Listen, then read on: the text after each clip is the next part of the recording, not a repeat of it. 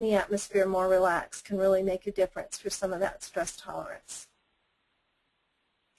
If your organization has the ability to give people a little bit of time off, that always is certainly a popular strategy too. But you can find many ways, even when you don't have that, to just take a few minutes and have fun. Be sure that fun as well as productivity has some component in your team meetings. That'll help manage the stress as well. All right, conflict resolution.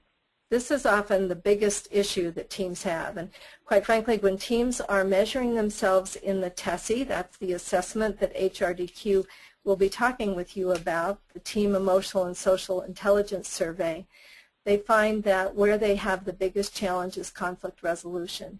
And I don't think any of us are surprised really when we think about it. It's just much more complex activity. To be good in conflict resolution, we have to be able to not only know what our concerns are and be willing to advocate and speak up for them, but we also need to be able to listen to differences of opinion, differences of how the world is interpreted. And listening for those differences can be pretty darn challenging. It can be difficult to develop that skill. So what I would recommend is if you notice a team that's having a lot of trouble with conflict resolution, first start with finding out, how are they doing at listening to one another? And you might even sometimes stop and just say, hey, Betty, what did Jose just say?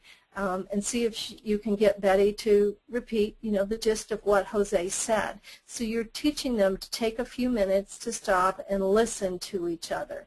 So active listening, of course, is going to be a skill that we see show up under communication, but it also is going to be a critical part of conflict resolution.